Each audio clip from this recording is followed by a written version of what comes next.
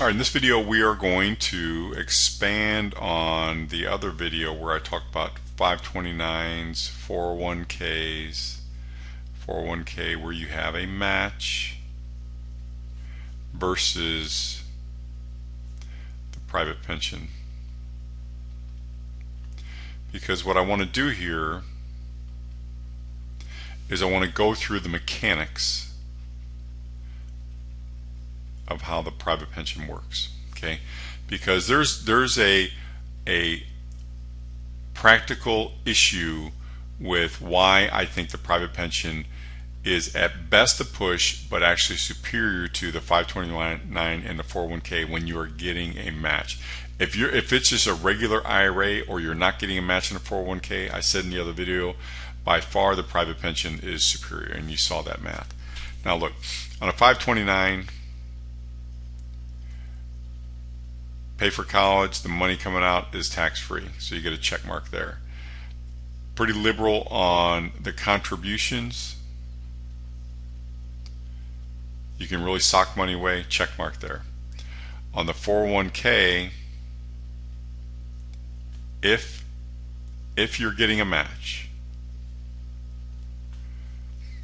that's the only check mark I'm giving you. I'm not going to give you a check mark for the deduction, because people spend them. They spend the deduction, so it's not being piled away. It's not making any kind of additional contribution to the growth.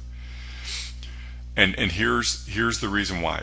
The reason why this is the push is we forget about market returns. So here is the S&P 599 through 2012. You have to understand, we're going to get into this in a second, the mechanics. Whatever dollar amount you put into the private pension, there is a floor underneath it. The market goes down, you do not lose money. Your principal does not go down, period. Plus, every time your money grows in the private pension and creates a new floor, that is your new floor. That you cannot go down from there. That's your new floor. Folks, you just look at some of these numbers. You know, these numbers here, those are pretty painful times. In this big downdraft here, now just, you know, if you had a negative 37, you would have to get a 58% return the next year in order to make that up. Now, oddly enough, if you add the last 4 years up, incredibly, these here add up to just about 58%, but it's taken 4 years to get to that point. And here's the issue. When people get smoked right in here, do they keep the money in there? Did they just let it ride? Because when there is a rebound, when this happens and this happens, did they participate? Okay, so that's one of the issues. The other big issue is that this period right here, look, I've been in this business 26 years, and a lot of people are struggling to explain these returns over the last 4 years. How do you explain this kind of return after a recession that most people believe we are still in some capacity, and with all the debt piling on, everything going on, the market continuing to go up, it's not going up for valuation. Why is it? So here's the big question. What's going to happen 2013, 2014 if we've had nothing but, you know, up markets over 4 years? What happens here? Okay, and that's where a lot of our clients are really focusing on the private pension and that floor. So let's go through the mechanics of this. Let me just give me a new sheet here. Okay, so there are two types of private pensions as far as the mechanics go. There is a tax deferred, and there's a tax-free. Okay. Now, obviously, we all want tax-free, but it just there are certain issues of if you already have an IRA, 401k, you can't transfer over to the tax-free. You got to start anew. So you can certainly start a private pension new on the tax-free side, but if you have an IRA, a 401k, and you looked at those last 4 years of the S&P going up 4 years, and you know you're scratching your head thinking, I've got big exposure here, because the question I'm going to ask you is, what happened in 2008 to your overall investment portfolio, not just your IRAs, 401k? Well, what happened in 2008? And then the second question is, what have you done to protect yourself from a 2008 type thing happening again? So what have you done? All right. Now, the beautiful thing about a private pension, here on the tax deferred side, you have an account value side of the ledger, and you have an income side of the ledger, your income value. Okay. Now, on the account value side, your money does not go in the market. What you're doing is you are buying an option on the S&P 500.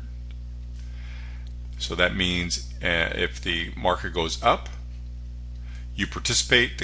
There is a cap. The caps are generally around 4% on the tax deferred component. The caps on tax-free are between 10 and 12. It's better. I'm going to get to that second. So the point is, S&P 500 market goes up, you're capped at 4.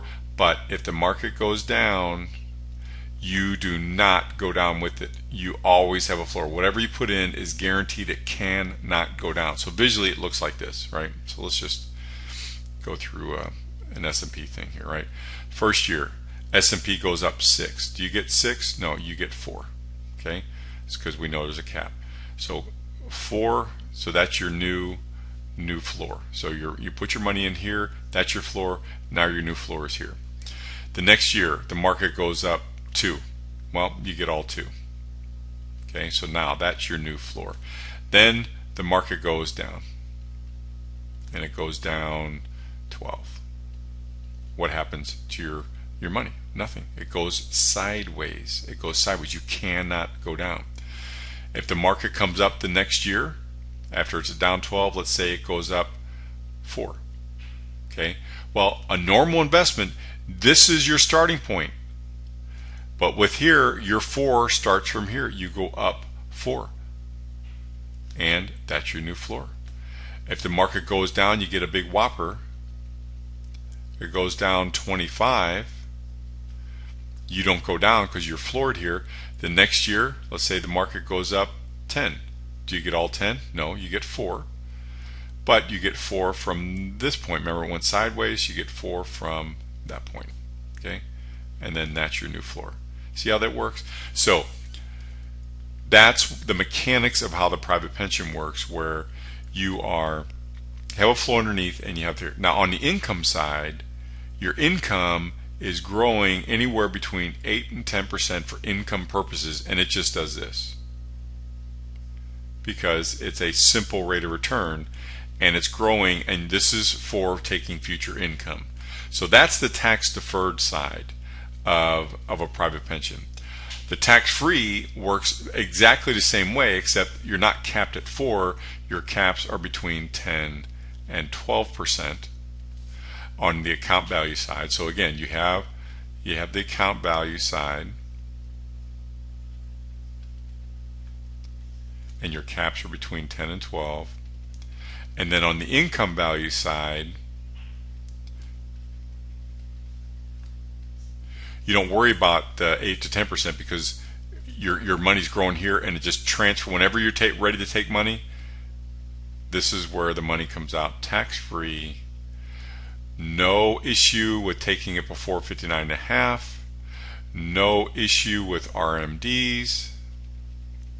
And again, with your heirs, it's tax-free to them as well.